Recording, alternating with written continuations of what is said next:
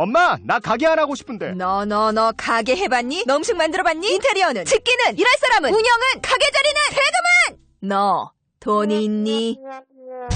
나는 요술램프 몬스터 셰프다. 네가 오라는 모든 것을 들어주마. 맛집의 맛을 똑같이 만들어주실 수 있어요? 맛뿐만 아니라 돈과 청음의 모든 비법을 알려주겠노라. 야하! 이젠 걱정 고민 끝! 네이버 검색창에 몬스터 셰프라고 쳐주세요. 상담 문의 02-4558-8838 몬스터 셰프. 야, 이 부장! 네가 부장이면 땅이야? 뭐? 저 인간 저거 쟤 오늘도 술술 풀리고 안 먹고 회수 갔냐? 내일도 신체 상태로 출근하겠구만. 아이고. 고려 생활건강 술술 풀리고 음주전 한포가 당신을 지켜드립니다. 특허받은 천연 유래 성분 숙취 해소제 술술 풀리고를 은하계 최저가로 딴지마켓에서 만나보세요. 고민을 넣어주는 친구 쇼한 침대. 쇼한 침대가 고민을 들어준다고? 편안한 잠자리의 친구 쇼한 침대. 그렇게 편안하니? 머리부터 발끝까지 너무나 포근한 느낌. 오늘부터 내 친구 쇼한 침대. 어디에 있다고? 딴지마켓에 있네. 영어 실력만 향상되는 게 아니라 이러다 정말로 인생이 바뀔 것 같다. 무한도전 김태호 PD 강력 추천. 통역사 출신 영어 독학의 신이 알려주는 궁극의 영어 마스터 비법. 영어책 한 권 외워봤니? 영어책 한 권이 통째로 복사됩니다. 영어책 한 권 외워봤니? 위즈덤 하우스.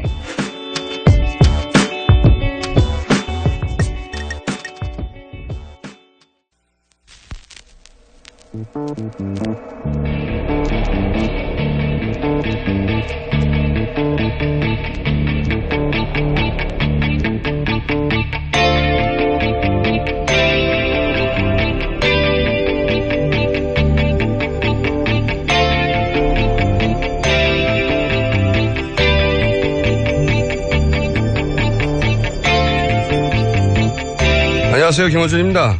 서울 강남경찰서는 최근 불거진 인터넷 강의업체 댓글 사건에 대한 수사에 착수했다고 합니다. 인강업체들이 조직적 댓글 부대를 운영했다는 건데요. 소송 규모도 수백억에 달합니다. 조직적인 대규모 댓글 부대 하면 원조는 국정원이죠.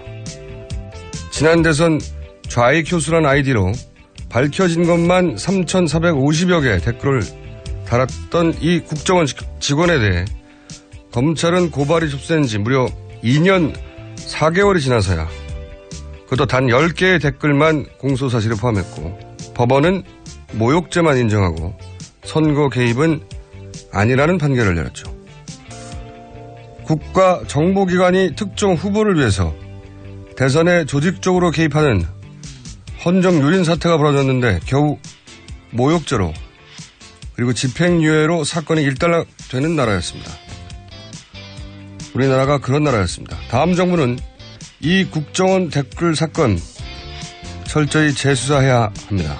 그리고 만에 하나 이번 대선에서도 그런 일이 단 한 건이라도 벌어진다면 내란죄로 처벌해야 합니다. 김호준 생각이었습니다.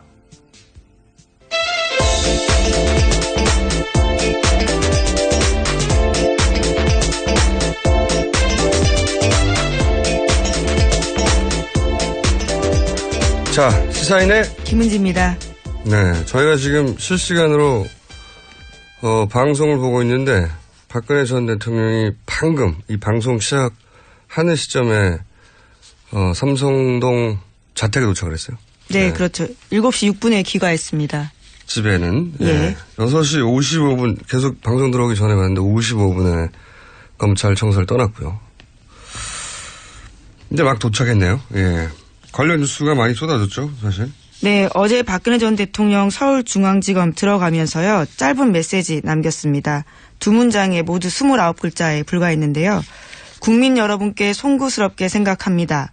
성실하게 조사에 임하겠습니다. 딱 8초였습니다. 네. 사실은 이제 메시지가 있다 사전에 나와서 이런 헌재 판결에 대한 메시지가 나올 거라고 혹은 뭐 국민들에 대해서 친박 집회에서 3명이 사망했잖아요. 그런 데 대한 메시지라든지 전혀 없고. 네, 적어도 그런 기대를 했던 건데요. 네, 당연히 아무런 게 없었습니다. 사실 그런 기대를 할 수밖에 없었던 게 메시지가 있다고 하니까. 이건 메시지가 아니거든요. 이건 그냥 안녕 이런 거와 마찬가지예요. 네, 굉장히 의례적인 이야기죠. 네. 안녕 이런 거랑 마찬가지인데 메시지가 없었던 거고 방금 자택에 들어가면서 뭔가 메시지를 남길까 싶었더니 역시 그냥 네, 경호원들에게 인사만 하고 들어갔습니다. 쭉 들어가셨습니다. 예. 네. 자, 사실상 메시지는 없었다. 나올 때나 들어갈 때나.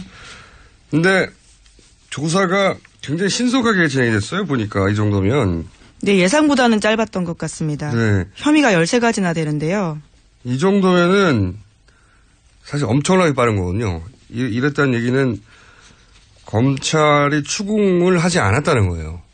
추궁을 하지 않고 관련 혐의에 대해서 사실상 부인 조서, 혐의를 다 부인하는 조서를 작성하는데 충실했다. 저는 그게 나쁘다고 생각하지 않은데 그럼 종합적으로 얘기하기로 하고 여하간 굉장히 빨리 조사가 끝난 것이고 이 정도면. 네, 14시간 걸렸습니다. 네, 그리고 나서 이제 조서를 쓰고 나면 확인을 하거든요, 서로. 네. 이렇게 진술한 게 맞는가. 네. 바로 앞에서 물론 받아치긴 하지만, 근데 그게 굉장히 오래 걸렸어요. 네, 그것도 7시간 넘게 걸려서요. 그래서 총 합해서 21시간 20분 정도 네. 걸렸습니다. 7시간 가까이 이 조서를 검토하는 건 굉장히 길게 검토한 건데, 추궁도 없고, 본인이 전면 부인했다는 거 아닙니까? 혐의를. 전면 부인했는데도 이렇게 오래 걸렸다는 건, 첫째, 비문이 많았다. 그랬을 수 있고요. 두 번째는 아마도 답변하지 말았어야 했을 대목의 진술한 부분을 쳐내거나 조절하는 데 시간이 걸렸을 것이다. 그래서 결국 추가 소환은 없게 되겠네요. 이렇게 되면. 네, 지금 상황으로 봤을 경우에는 그런 것 같습니다. 자, 그리고 여기에 대해서 또 변호인단이 이례적인 호평을 했어요. 네. 오늘 자정 12시 50분 정도에요. 기자들한테 손범규 변호사가 문자 메시지 보냈습니다. 그런데 이렇게 이야기했는데요. 진실이 모습을 드러내기 시작한 것을 보았다라는 내용이고요. 심지어 손 변호사는 뉴시스와의 통화에서는 이런 이야기까지 하는데요. 검찰 조사 받으면서 진실이 드러나는 계기가 될 것이라는 생각이 들었다면서요. 검찰은 특검과 다르다라는 생각을 했다면서 검찰은 특검과 다르게 정치적이지도 않고 객관적이고 중립적으로 보려고 한다는 느낌을 받았다. 이렇게 총평했다고 합니다. 검찰 가족에게 박수를 보낸다고 이런 얘기도 하지 않았나요? 네, 그렇죠. 검사님들과 검찰 가족에게 경의를 표한다. 가족이라고 표현했습니다. 이런 건 뭐 전문 용어로 아양이라고 하죠. 아양. 지금 잘 보이고 싶은 건데 그런데 이제 검찰 태도에 대해서 이제 비판하는 언론 기사들도 꽤 나왔어요. 네, 왜냐하면 영상과 음성 기록 없이 조사를 했기 때문인데요. 박 전 대통령 쪽이 동의하지 않았다라는 이유를 검찰이 내세우고 있습니다. 하지만 참고인이 아니고 피의자에게는요. 법적으로 고지만 하면 할 수 있거든요. 그러니까. 그런데 검찰이 그것을 하지 않은 거죠.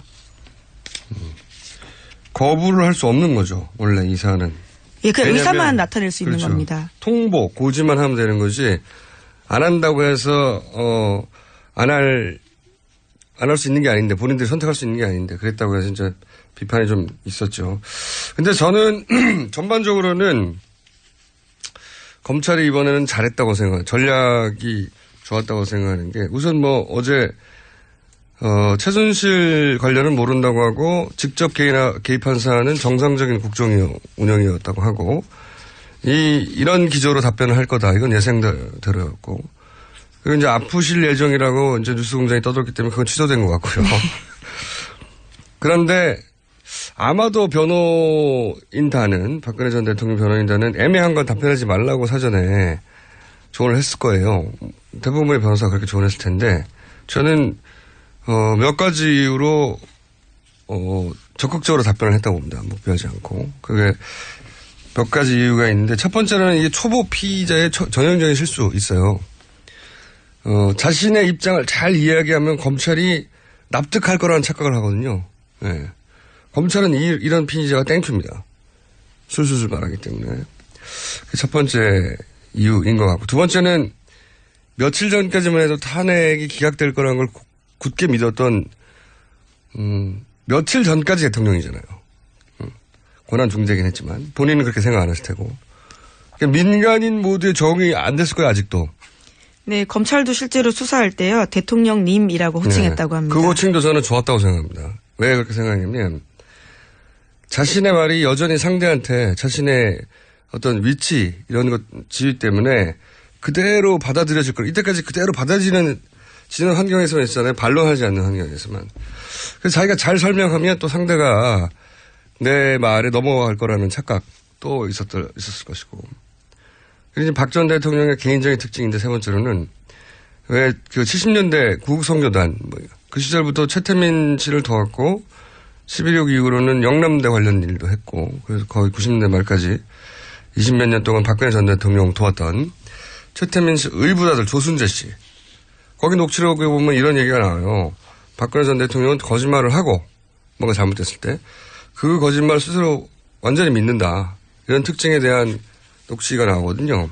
거기에 대해서 굉장히 분개하고 비난하는데 조순재 씨 녹취록을 보면 그러니까 이런 특징도 작용했을 거라고 봅니다. 자신이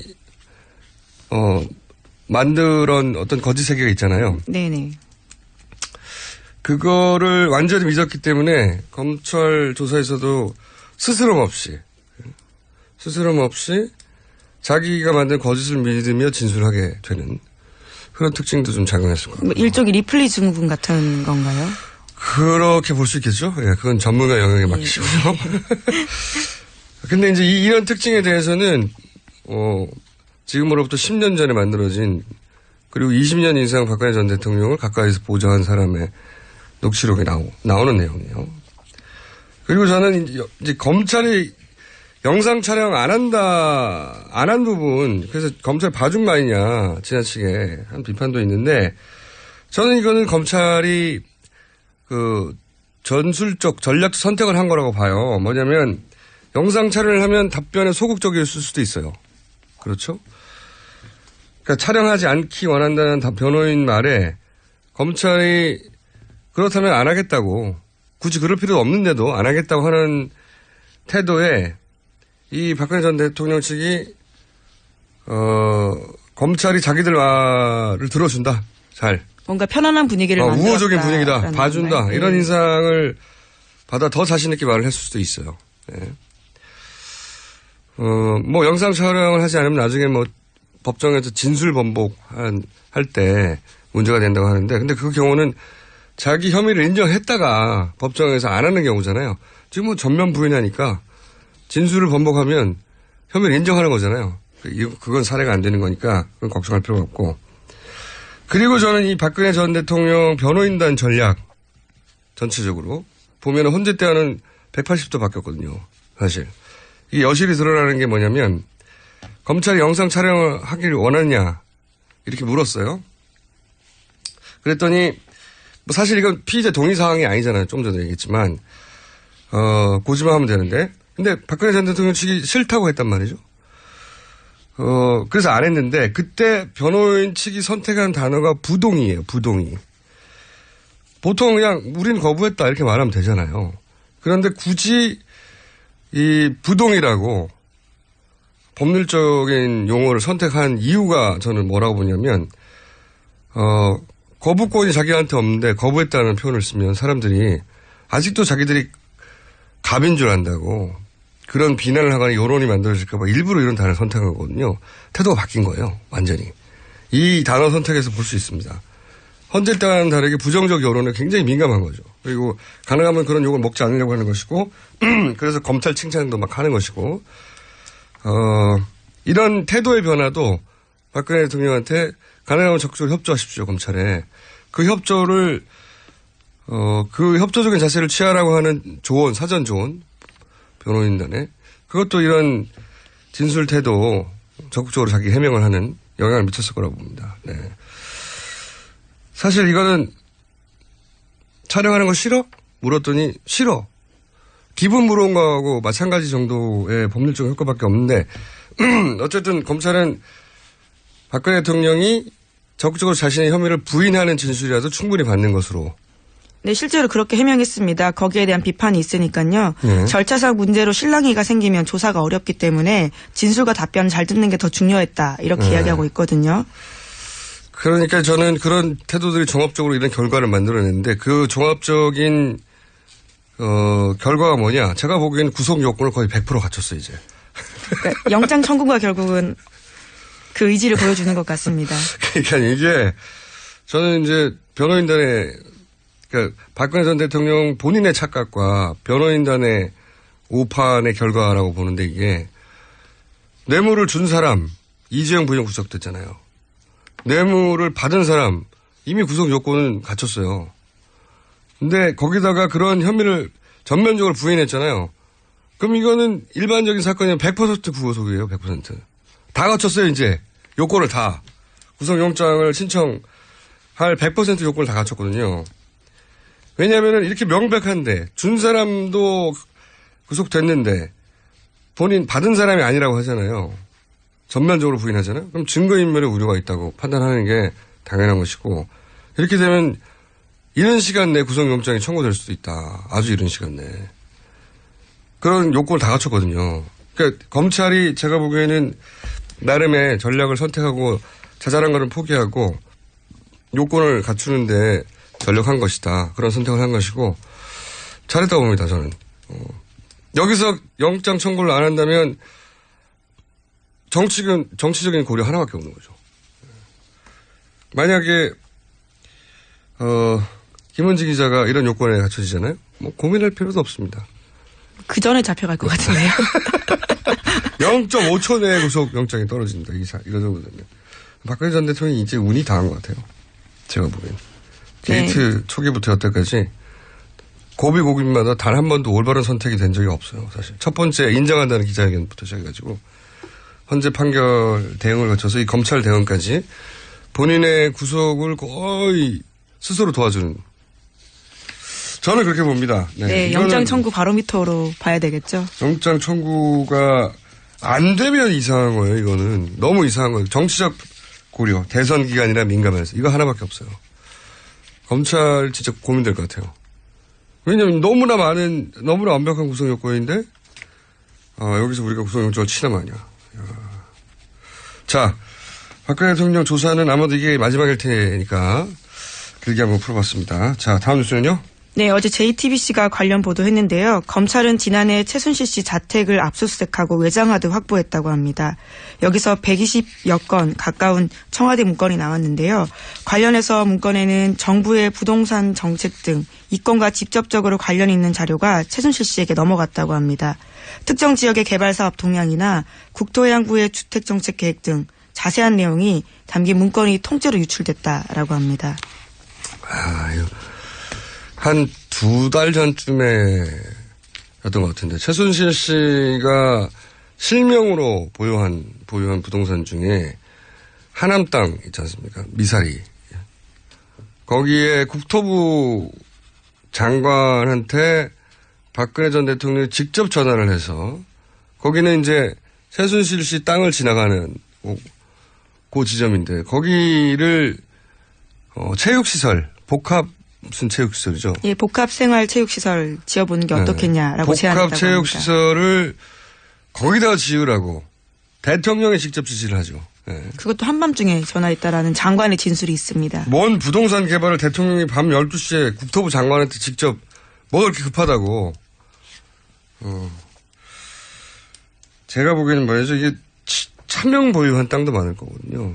이렇게 국토부의 주택 정책이나 관련 문서가 통째로 다 개발 사업 동향 같은 게 유출됐으면 이걸 보고 가만히 있었을 리가 없잖아요.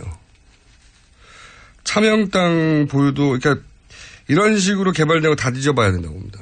최순실 씨 이권하고 관련된 부동산들 딱 한 건 나왔겠어요? 이렇게 문건들을 다 받아봤으면? 이것만 가지고도요. 최순실 씨가 17억 5천만 원 차익 얻었다고 하는데요. 대통령이 2013년에 전화하고 땅을 2015년에 팔았다고 합니다. 그러니까요.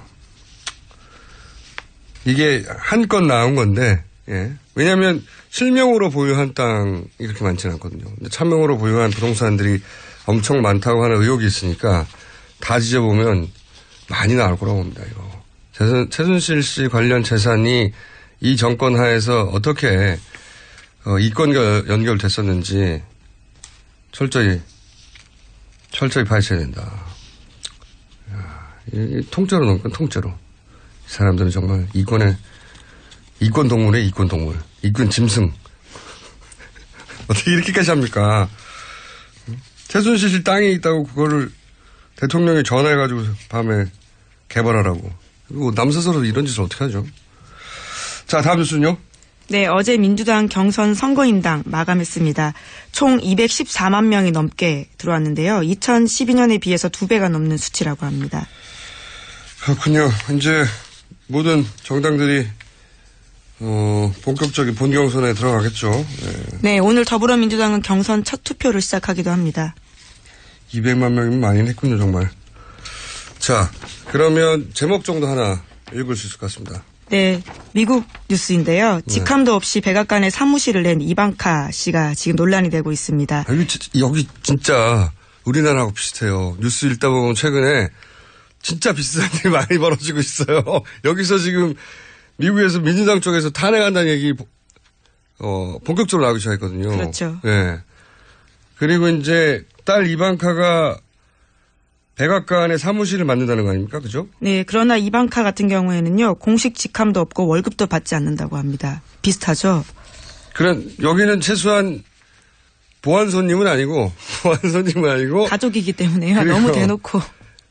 여기는 이제 경제적 가족이었는데 여기는 진짜 가족이라서 대놓고 하긴 하지만 여기는 그 가족 정확한 이름은 생각하는데 가족을 등용하는데 제한을 두는 법이 있어요. 미국의 친족 등용 금지법이라고요. 있다고 합니다. 나는 정확한 명칭을 모르는데 본인은 알고 그러면 어떡해요. 네. 어쨌든 있어요 거기. 네. 근데 거기도 걸리고 직함도 없는데 사무실 내줄 수가 없잖아요. 근데 직함이 없는데 딸이라고 지금 사무실을 공식적으로 내주고. 이런 역사가 없거든요. 미국에. 야, 여기 뭔가 큰 사단 납니다 이제. 제가 보기에는. 자, 오늘 여기까지 하겠습니다. 지금까지 시사인의 김은지였습니다. 감사합니다. 아무도 묻지도 따지지도 않고 가입하셨다고요? 보험은 너무 어려워요. 걱정 마십시오. 마이보험 체크가 도와드립니다. 1800-7917 마이보험 체크로 지금 전화주세요. 1800-7917 이미 가입한 보험이나 신규 보험도 가장 좋은 조건을 체크해서 찾아드립니다. 인터넷 한글 주소 마이보험.com 또는 카카오톡에서 아이디 검색 마이보험을 친구 추가하여 상담하실 수 있습니다. 여성 여러분, 골반이 삐딱하면 허리가 아파요. 아랫배가 나와요. 골반이 바로 서야 건강도 아름다움도 바로 섭니다. 바디로직을 입으세요. 토크밴드의 입체적인 탄력이 틀어진 골반을 바로잡습니다. 간편하고 확실한 골반 교정 타이즈 바디로직. 삐딱한 남성 골반에도 역시 바디로직. 바디로직의 효과를 못 느끼셨다면 100% 환불해드립니다. 자세한 환불 조건은 홈페이지를 참조하세요. 굶고 뛰고 땀 빼고 다 해봤다. 그래봐야 소용없었다. 다이어트는 결국 먹는 게 문제다! 동결건조 채소와 곡물, 단백질, 그리고 효소와 비타민, 미네랄로 만든 다이어트 전용 그린 스무디로 하루 한두 끼만 바꿔 드세요. 검색창에서 비타샵을 검색해주세요.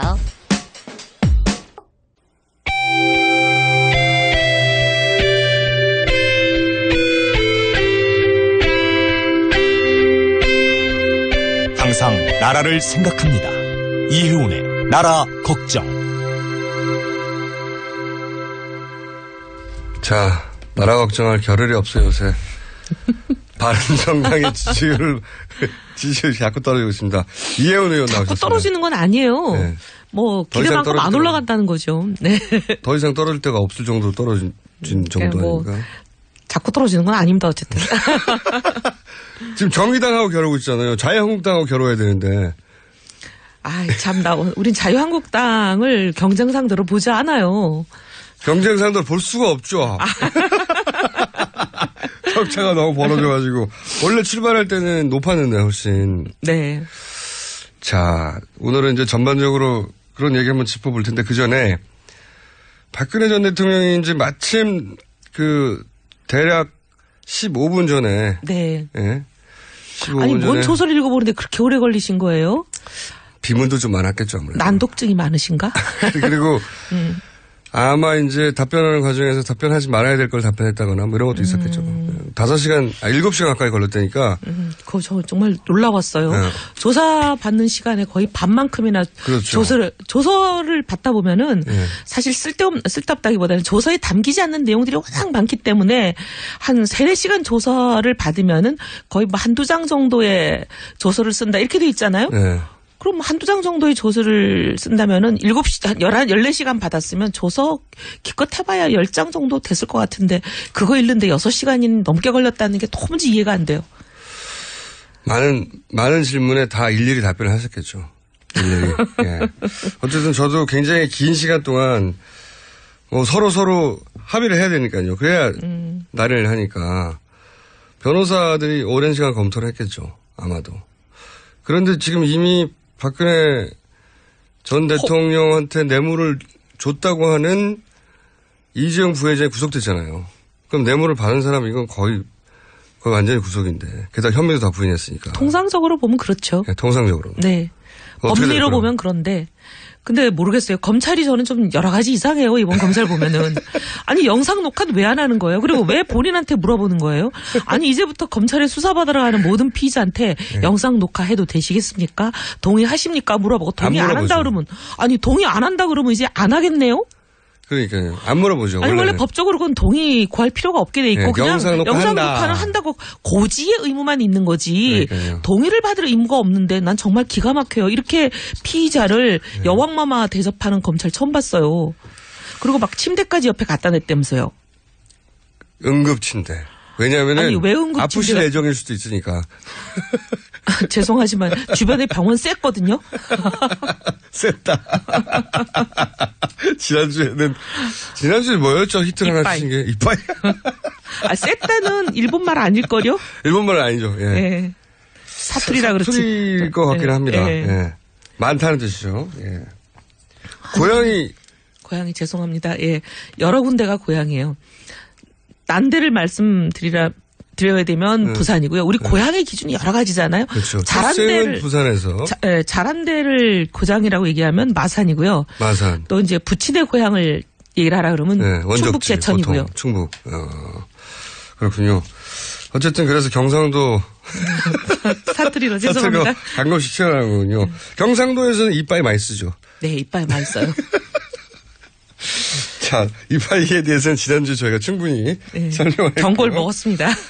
박근혜 전 대통령 이 검찰 대응 관련해서 쭉 보면 그리고 헌재 판결 기다리는 동안 특검을 상대로 뜯어보면 이 유용하 변호사의 역할이 상당히 중요했던 것 같아요. 거의 유용하 변호사가 유일하게 박근혜 대통령한테 접근해서 보고하거나 직접 할 수 있는 게이트 역할을 한 것 같은데 이분의 관계가 어떤 관계길래 이렇게까지? 제가 보기에는 박근혜 전 대통령 자체가 낯을 많이 가리는 스타일이잖아요. 네. 그래서 특히 이제 본인의 이거 개인적인 아주 내밀한 얘기를 해야 되는 거잖아요. 네. 그러면 생전 처음 보는 사람, 갑자기 이제 변호사로 선임된 사람, 안녕하세요 하고 명함 주고받으면서 갑자기 제가요 사실 최순실과 이런 얘기 하실 수 있는 분이 아니거든요. 근데 어차피 전면 부인할 건데. 그래도 뭐 그때 일이 어떻게 됐는지 저떻게 됐는지 이런 얘기는 하고 그게 아니라고 강변을 해야 될 거 아니에요. 과거의 관계라는 게 이게 언제부터 어떻게 시작된 거죠? 제가 알기로는 2007년 이명박 박근혜 경선을 할 때 그때 이제 서로 청문회를 한다. 후보에 대한 검증 청문회를 연다. 그러면서 상호 간에 상당한 공격이 있었잖아요. 그렇죠. 저쪽은 저쪽대로 우린 우리대로. 여기서는 BBK를 주로 공격했죠. 뭐 여러 가지 이명박 후보도 상당히 많은 그 의혹이 있는 분이었기 때문에 의혹으로는 뒤지지 않죠 절대. 네. 개수는 뭐 무지하게 많았습니다. 네. 여기는 최태민과의 의혹이 거의 뭐 단일 의혹이지만 깊이가 굉장히 깊었다면 그쪽은 가지수가 어마어마했어요. 그래서 여러 가지 이제 그런 뭐 검증 청문회를 하고 서로 막 공격을 하고 그럴 때 그때 영입된 사람입니까? 영입이 그때 됐던 걸로 저는 알고 있어요. 네. 제가 알기로는. 그래서 그분이 이제 검증팀에 계셨고. 아, 검증팀에. 예. 근데 검증 중에서도 친인척 관련한 소위 이제 측근, 친인척, 대통령의 사적인 관계. 친인척. 네. 아니요. 박근혜 후보의 친인척과 측근.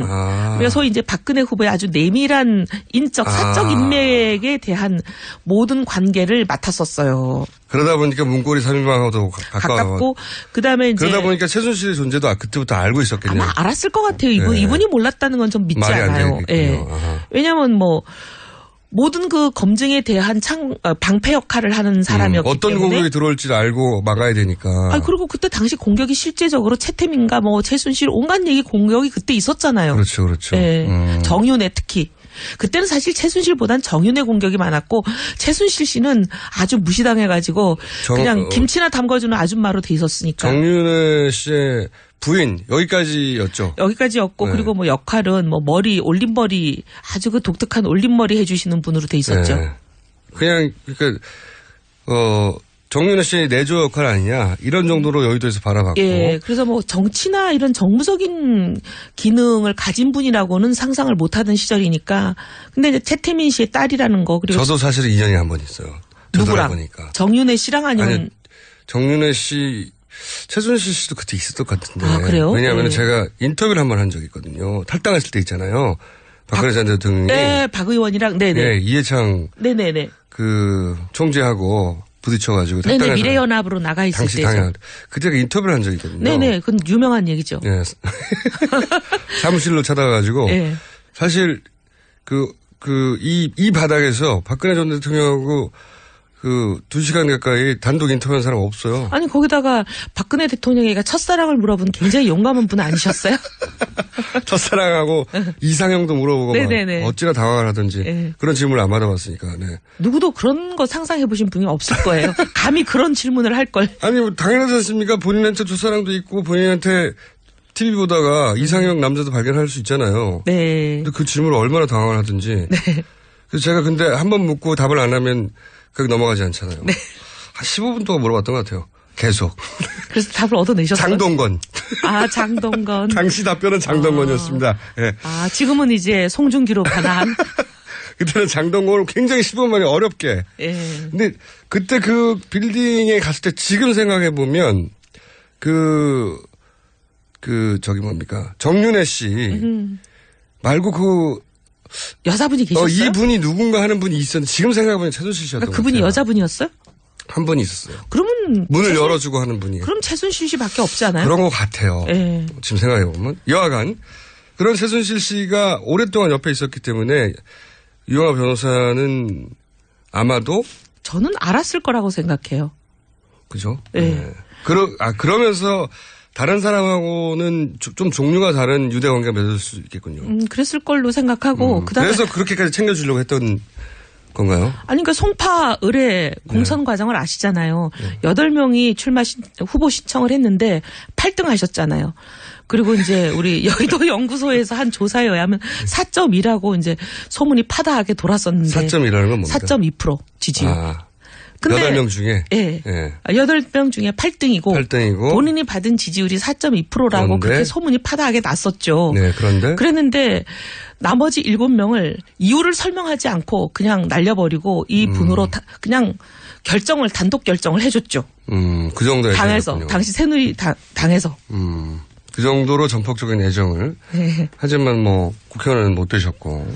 당연히 국민들이 선택하지 않죠. 누군지 모르니까요. 그리고 경력도 사실 검찰 경력도 너무 짧아서. 검찰 쪽에서 유능하다 뭐 이름을 날렸다 이런 얘기를 들어본 적은 없어요. 사실은 경력으로는 굉장히 부장검사도 한 번 안 지냈기 때문에 네네. 검찰 경력도 굉장히 짧아요. 검찰이 누군지 몰라요. 검찰 쪽에서도 유영아가 누구지 이런 전화 많이 받았어요. 최근에 이렇게 나가고 나서. 그런데 이제 그렇게 그 친인척 가족 관계를 디펜스하는 역할로 시작했기 때문에 내밀한 관계도 좀 알았고 그 이후에 계속해서 공천을 주려고도 했고 그런 특수한 관계가 있었기 때문에 이번에도 이렇게 되면 사실상 문고리 3인방도 없고 김미춘 비서실장도 없으니 이분이 거의 그 역할을 어떻게 보면 신종 문고리죠. 신종 문고리. 네. 아니 문고리 1인방으로 변한 거죠. 네. 근데 늘 이 박 전 대통령은 보면 입버릇처럼 하시는 말씀이 있어요. 사람을 고르는 기준에 대해서. 나는 능력 보지 않는다. 내가 중요한 거는 딱 하나밖에 안 본다. 그 사람을 믿을 수 있냐 없냐. 그것만이 의리. 중요하다. 아니 의리라기보다는 내가 그 사람을 믿을 수 있냐 이 얘기는 저는 처음엔 그래서 신의를 얘기하시는 줄 알았어요. 그런 거 아니에요? 그렇게 생각했죠. 그건 상식적으로 그렇게 네. 다들 생각하죠. 근데 오랜 세월이 지나고 나서 지금 되돌아보면 시키는 대로 하느냐 안 하느냐 그 얘기 같아요. 아, 자기한테 자기 의지에 반하지 않고 자기가 시킨 대로 하느냐 안 하느냐. 예. 그런 의미였다. 예. 여하간 유영아 변호사가 제가 보기에는 이제 되짚어서 지난 몇 개월간의 전국에서 눈에 잘 띄진 않았지만 초반 이후에는 굉장히 중요한 역할을 해왔을 거라고 보고 그 역할에 대해서 한번 체크해 보는 것도 필요하다. 이 역할에 뭐 한간의 설에 의하면 그 헌재 예. 그다음에 이제 검찰 특검 헌재 거의 모두 다 어떻게 보면 상당히 거부 전략이었잖아요. 예. 출석도 안 하시고, 예. 그다음에 조사도 안 받고, 그 전략의 핵심이에요. 예, 그다음에 청와대 압수수색도 그냥 아주 그냥 생짜로 거부하시고, 이 모든 이 조언이 유영아 작품이라는 설이 제일 많아요. 컨트롤 타워다. 사실 그때 당시 컨트롤 타워 가짜 뉴스나 친박 집회나 네. 모든 종류의 컨트롤 타워가 어딘가에 있을 텐데 이제 그런 의혹을 받을 수도 있는 위치에 있었던 일종의 분이에요. 그런 종류의 작전 뱅크 또는 아이디어 뱅크 아니었나. 하는 의혹들이 여의도에 예. 있군요. 저도 상당히 그렇게 생각해요. 뭐 의혹은 가질 수 있는데 지금으로서는 거기까지고요. 네. 여하간 중요한 역할을 한 거는 틀림없고 네. 이분이 그분이 평소에 스타일이 좀 그런 스타일이거든요. 어떤? 그러니까 뭐 밀어붙이고 그냥 이렇게 뭐라 그러니까 잘 사람들과의 관계를 좋게 가져가고 나이스하게 갖고 가고 협조해주고 룰을 지키고 이런 스타일보다는 그냥 내가 원하는 대로 그냥 무시해버리고 거부해버리고 좀 이런 스타일이에요. 같이 일해본 결과. 네. 아하. 그러면은 좀 이해가는 측면이 있습니다. 여러 가지로 그죠. 네. 헌재 대응이라든가. 네. 그 특검에서 대면 조사를 끝내 거부했잖아요. 네. 특검이 뭔가 일정을 유출했다면서 예. 거부 사유를 들어서. 도대체 이해하기 어려운 사유였죠. 그렇죠. 근데 그때 당시 지금이야 말합니다마는 윤석열 팀장과 당시 특검 내 그리고 유영아 변호사가 1대1 협상을 했다고 해요. 그러니까 뭐 그런 한간의 소문들이 상당히 뭐라 그러니까 절대 그럴 리가 없다 이렇게 생각되기보다는 상당히 그럴듯한데 이렇게 되는 거죠. 1대1로 협상을 했고 1대1로 합의를 이끌어냈는데 그래서 어디 빠져나갈 구멍도 없는데 갑자기 일정이 빠져나갔다고 하고 뒤집었다. 그러면서 이제 이 1대1로 협상에 나도 유영아 변호사가 거꾸로 그거를 유출한 거 아니냐. 유영아 변호사가 유출됐다고 화낸 분이에요. 항의한 분이에요. 근데 거꾸로 그분이 유출한 거 아니냐. 이런 이야기도 특검 쪽에서는 합니다. 네, 별로 보완이 되는 분은 아니었어요. 보완이 되는 분. 과거의 사례를 보면. 진정한 엑스맨이 아닌가 싶어요, 저는. 자, 결과적으로는. 박근혜 전 대통령에 대한 이야기는 이제 여기까지만 하고요. 네. 지금 박근혜 전 대통령 걱정할 때가 아니에요. 이건 검찰에 맡기고요. 지금 바른정당을 걱정해야 합니다. 아, 감사합니다. 박근혜 전 대통령보다 저희를 걱정해 주셔서. 박근혜 전 대통령 앞에는 이제 여러 가지 절차들이 정해져 있고, 네. 그렇죠? 재판 받아야 되는데 바른정당은 지금 어디로 가야 할지 모르겠어요. 제가 보기에 어디로 갑니까? 지금 일단 경선 시작했잖아요. 두 분이. 네. 두 분이 단둘이 앉아서 하더라고요. 오붓하게. 얼마나 재밌는지 몰라요. 좀 봐주세요. 아니 근데 저도 봤는데 재밌어요. 네. 사실. 왜냐면 솔직히 일부러. 4명 5명 나와서 막 혼잡스러운 것보다 네. 그리고 이제 그렇게 되면 주제가 이게 통일이 안 되고 막 말이 일로 갔다 절로 갔다 막 주제가 중구난방으로 튀잖아요. 두 분이 게다가 말주변도 있는 사람들이라. 거기다 컨텐츠가 빵빵하죠. 재밌어요. 죄송하지만 이런 말 하면 좀 제가 그렇지만 어쨌든 지금 나와 있는 어떤 주자들보다 제대로 된 식견과 능력과 자질을 갖춘 분들이에요. 바른정당 입장에서 그렇게 얘기해야 되겠죠. 재밌는데 아무도 안 봐요. 그러니까 좀 봐주세요.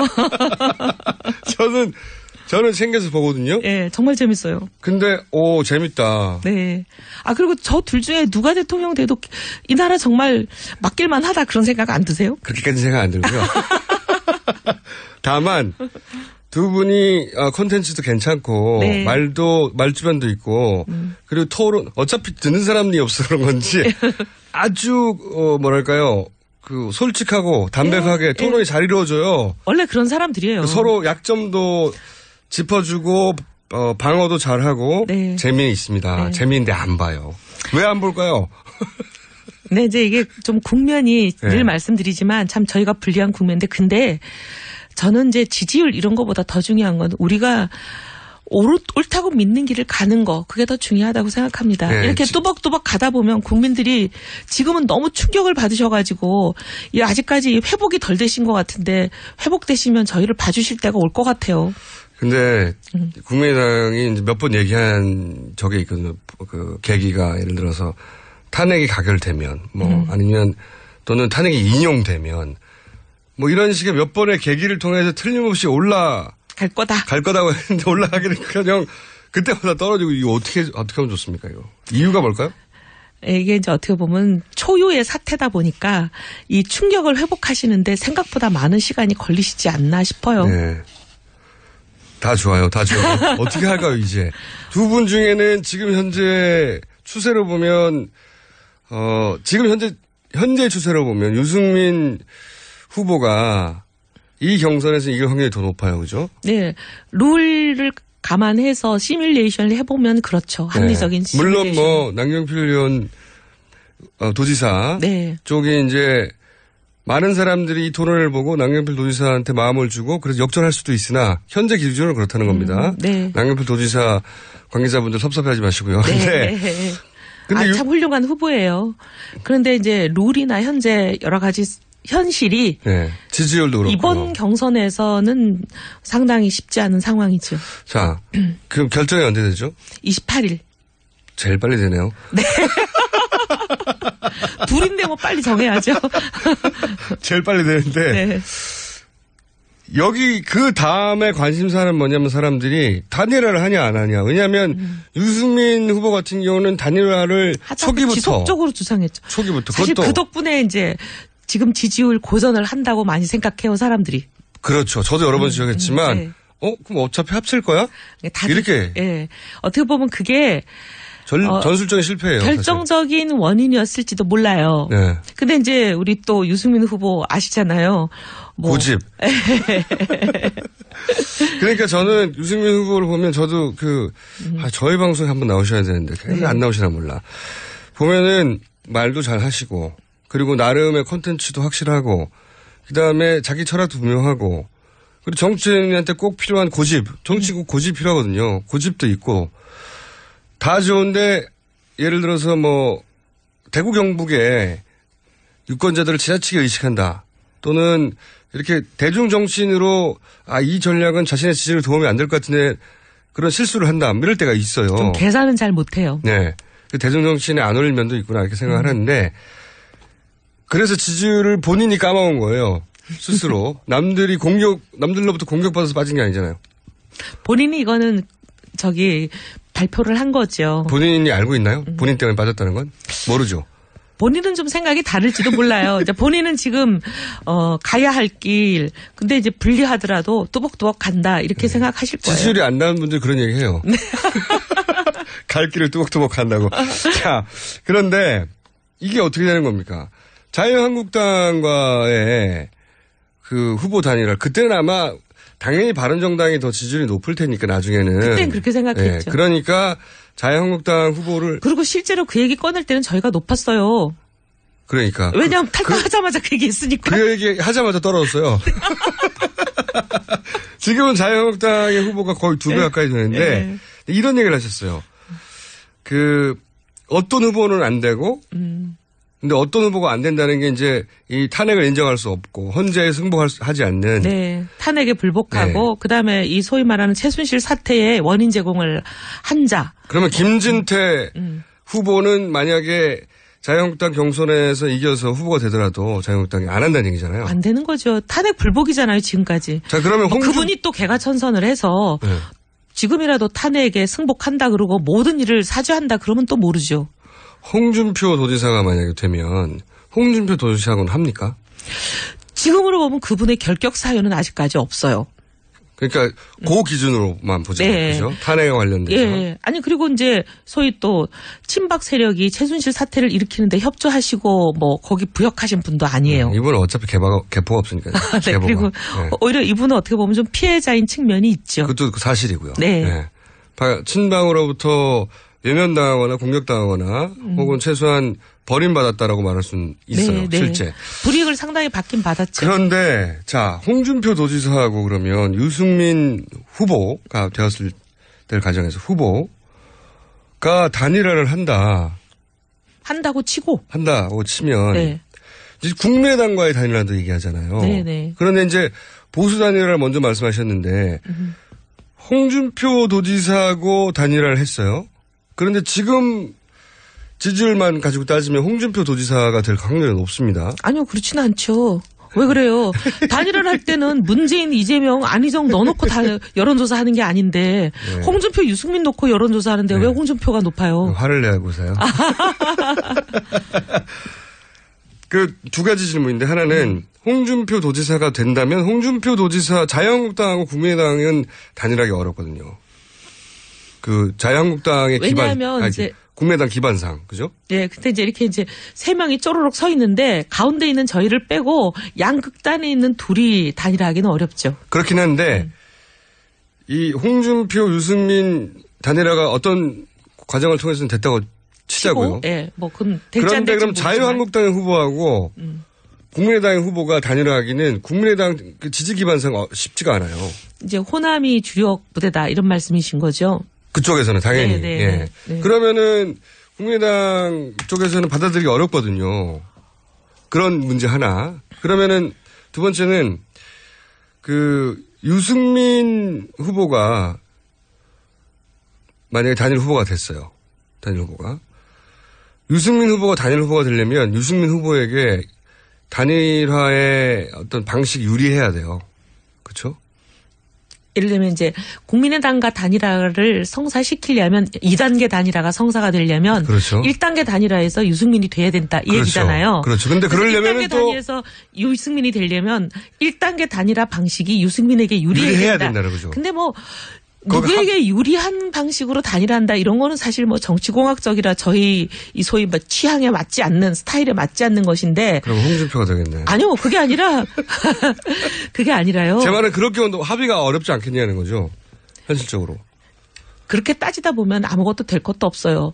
옳은 방향으로 마음이 모아지면 그냥 그걸로 가야지. 누가 유리하고 불리하고 따지면은 그 정치하는 사람으로 기본이 안 된 거죠. 유승민 후보가 불리하더라도 받는다? 아니 불리하더라도 아니 이 홍준표랑 꼭 단일화를 하는 게 목표다 그런 게 아니고요.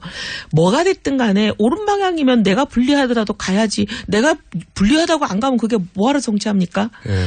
바른정당 그러면 안 되죠. 그러려고 바른정당 나온 게 아닌데. 예, 말은 그렇게 하는데 이제 예. 단일화 협상이 이루어지면 아니 그러기도 하고 예. 보세요. 정몽준 노무현 단일화든 뭐든 무슨 단일화든 전 국민을 대상으로 이 둘 중에 누가 좋으냐 이렇게 하는 건데 예. 지금 단일화를 할 때 홍준표 유승민 단일화 여론조사를 하면서 문재인 이재명 안희정 다 놓고 거기다 넣고 물어봅니까? 근데 그 단일화 물어볼 때는 유승민 홍준표 중에 누가 좋으냐 이렇게 물어보죠. 그렇죠. 전 국민을 상대로 할 수도 있고요. 근데 전 국민을 상대로 하는 자유한국당과 바른정당 지지자들만 상대로 할 수도 있고요. 근데 대선이라는 건 본선의 경쟁력을 보는 것이기 때문에 본선에는 자유한국당과 바른정당 사람만 투표하러 나오라고 할 수 있습니까? 그러니까 그렇긴 한데요. 네. 그것만 가지고도 벌써 다툼이 벌어질 거거든요. 아니다. 자유한국당, 바른정당 지지자들만 대상으로 하자. 다툼이 벌어질 수는 있지만 네. 그렇게 주장하는 것 자체가 굉장히 옹색하고 명분이 없죠. 역대 어떤 단일화도 안철수 문재인 단일화도 그랬고 정몽준 노무현 단일화도 그랬고 어떤 단일화든 진영 내에서의 단일화도 자기 진영 계층만 가지고 단일화 여론조사를 한 적이 없습니다. 단일화 합의 안 될 것 같네요. 말씀하시는 거 들어보니까. 거꾸로 국민의당 후보와 유승민 후보가 단일화를 먼저 시도할 수도 있습니까? 순서를 바꿔서? 뭐 그렇겠죠. 그거야 그럴 수도 뭐 있다? 예, 누구랑 먼저 한다 그런 걸 정해놓고 정해놓지는 할 않다? 필요도 없지 않겠습니까? 그렇지만 제가 말씀드렸다시피 자유한국당 후보 단일화를 먼저 하면 국민의당 쪽에서 받아들이기 쉽지 않을 것이고 유승민 후보가 되면은 왜 안 받아들이겠어요? 그러니까 유승민 후보가 쉽지 않다고 이제 저는 보는 것이고. 아유. 걱정도 많으셔요. 만약에 국민의당과 단일화를 시도하면 그것도 네. 역시 그 여론조사, 일반 여론조사로 가지고 따진다 하더라도 그 경우에는 그러면 저기서는 안철수 후보가 될 공산이 지금으로서 높아 보이는데 안철수 후보가 지지율이 더 많이 나오잖아요. 근데요, 보수 후보 적합도는 늘 유승민 의원이 압도적 1위예요. 그러면은 또 그때는 보수 지지층으로만 국한해가지고. 아니요, 지지층은, 그건 보수 후보 적합도는 네. 지지층을 보수를 대상으로만 물어본 게 아니라 네. 후보를 쭉 문재인, 이재명, 안희정을 제외한 사람들을 놓고 전 국민을 대상으로 물어봤을 때예요. 단일화 방식이 어떻게 됐든 단일화가 시도되면 유승민 후보가 여전히 이길 거라고 생각하시는군요.